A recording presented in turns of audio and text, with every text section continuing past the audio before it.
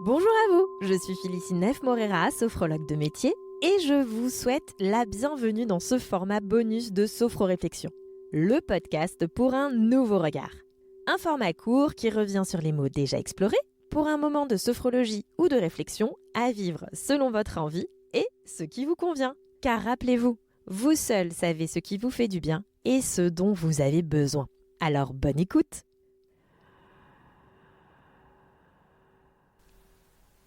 L'imposture. L'imposture naît d'un mensonge. Elle contourne la vérité en créant sa propre réalité.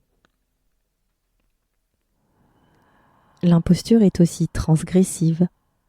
Elle joue avec les règles. Elle déborde sur les limites pour créer ses propres normes. Et puis, l'imposture gonfle l'ego. Elle donne un sentiment de pouvoir, d'ascendance sur cet autre qui est incapable de discerner le vrai du faux. L'imposture impose également le double jeu et le double jeu. Elle pousse à dénaturer sa propre personnalité, à accepter de se nier, à jouer des artifices pour faire tenir le masque. L'imposture n'aime pas la transparence, l'authenticité. Elle feint de les connaître en trouvant sa source dans un soupçon de sincérité, sans jamais céder à la franchise. De plus, l'imposture est mauvaise joueuse. Elle n'aime pas être démasquée. Alors, elle piège, elle distrait. Elle joue de ses charmes pour séduire sa victime et obtenir ce qu'elle désire. Et à la fois, l'imposture fait mal. Elle griffe la confiance et blesse sa victime une fois démasquée. Elle trahit la relation et dessoude ses fondations, parfois à regret, parfois sans scrupule, parfois pour le meilleur, parfois pour le pire. L'imposture est cruelle. Et à la fois, l'imposture est factuelle. Car un mot, ce n'est qu'un mot. Et en prenant le temps d'observer ce mot, l'imposture, en tenant compte de ses lettres, de ses couleurs, de ses angles, de sa profondeur, il est peut-être possible de l'observer différemment, sous un nouveau regard.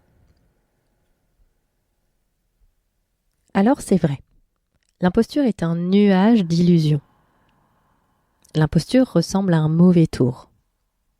Et aussi, l'imposture cherche à tromper la réalité. Seulement, il arrive parfois que l'imposture prenne une autre tournure. Un changement de trajectoire qui mène à une situation où les rôles se mélangent, où les attributions se confondent, au point de ne plus savoir qui agit au nom de qui, pour qui et contre qui. Dans cette situation, l'imposture trouve sa source non plus dans un mensonge, mais dans un secret. Un secret impalpable et silencieux. Un secret bien gardé, qui trouve sa naissance dans les mémoires, celles qui changent le point de la norme, du commun, de ce qui apparaît ordinaire, un changement de prisme qui intervient sans prévenir, sans avis, sans aucun bruit. Et dans cette proposition, il y a un élément peu évident à discerner et à la fois tellement signifiant. Un mouvement subtil qui concerne la distribution du rôle de l'auteur et de la victime de l'imposture. Un détail de la plus haute importance. 1 + 1 égale 1.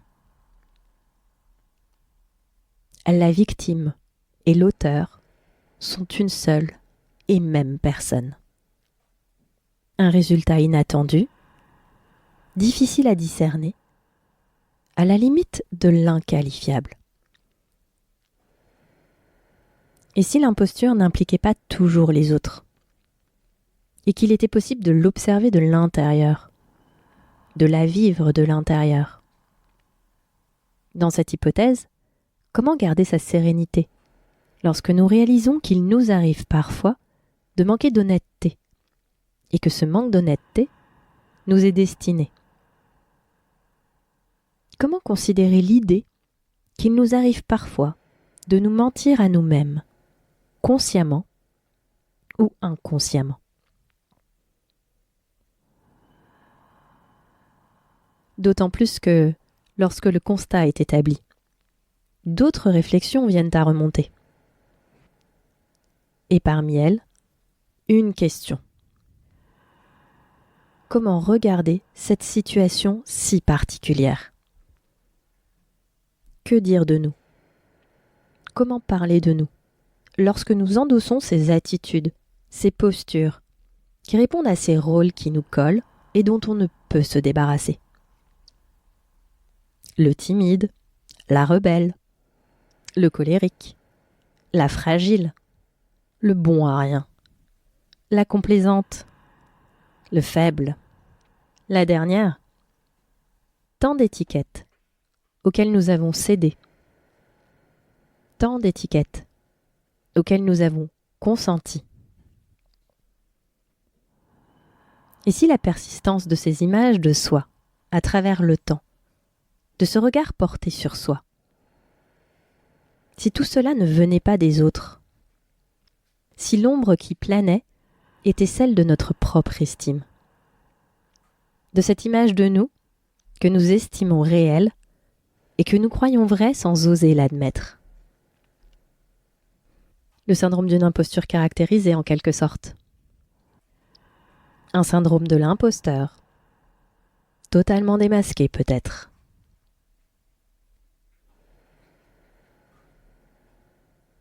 Lorsque nous laissons du crédit à ce que d'autres peuvent dire de nous, si nous créons des situations dans lesquelles nous agissons de la façon dont nous croyons devoir agir, c'est aussi parce que, malgré la pénibilité, malgré la difficulté, il existe une infime partie de nous qui continue de nourrir cette idée, cette image renvoyée au monde. Alors l'imposture, c'est parfois ce masque que nous acceptons de porter par automatisme.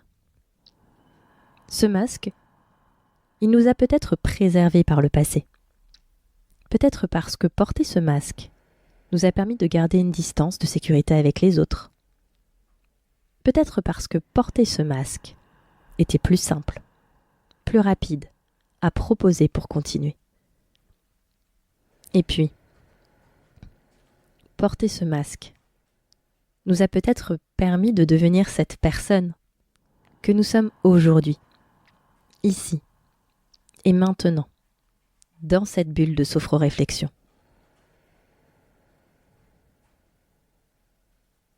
Seulement, il est possible que cette situation du passé n'existe plus dans notre présent, ou bien différemment. Peut-être qu'aujourd'hui, nous ne sommes plus au même endroit. Peut-être qu'aujourd'hui, nous ne sommes plus en compagnie des mêmes personnes. Peut-être qu'aujourd'hui, nous ne sommes plus la même personne.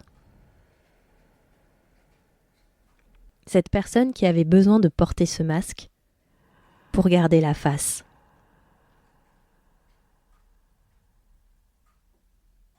Peut-être que la personne que nous sommes aujourd'hui n'a pas encore acquis cette certitude, n'a pas encore cerné que certaines choses ont sans doute changé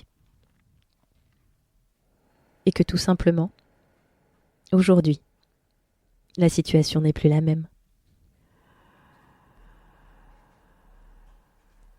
Et si finalement, l'imposture était un droit, le droit de tromper la réalité, pour rester en capacité de continuer d'avancer, jusqu'au moment où le masque peut enfin tomber, pour pouvoir de nouveau pleinement exister. Car un mot, ce n'est qu'un mot. Et ce n'est pas son orthographe qui en fait sa valeur.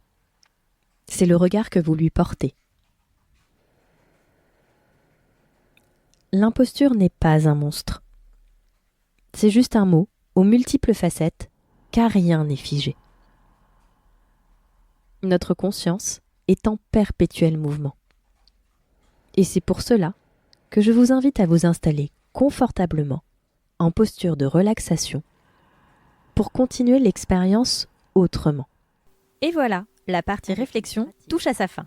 Si le format vous plaît, vous pouvez partager l'épisode, laisser une note sur votre plateforme préférée et surtout continuer d'explorer d'autres mots. Car n'oubliez pas, un mot, ce n'est qu'un mot. Ce n'est donc pas son orthographe qui en fait sa valeur, c'est le regard que vous portez dessus. Je suis Félicie Neff-Morera et j'ai créé, monté et réalisé de toutes pièces cet épisode. Alors, à bientôt!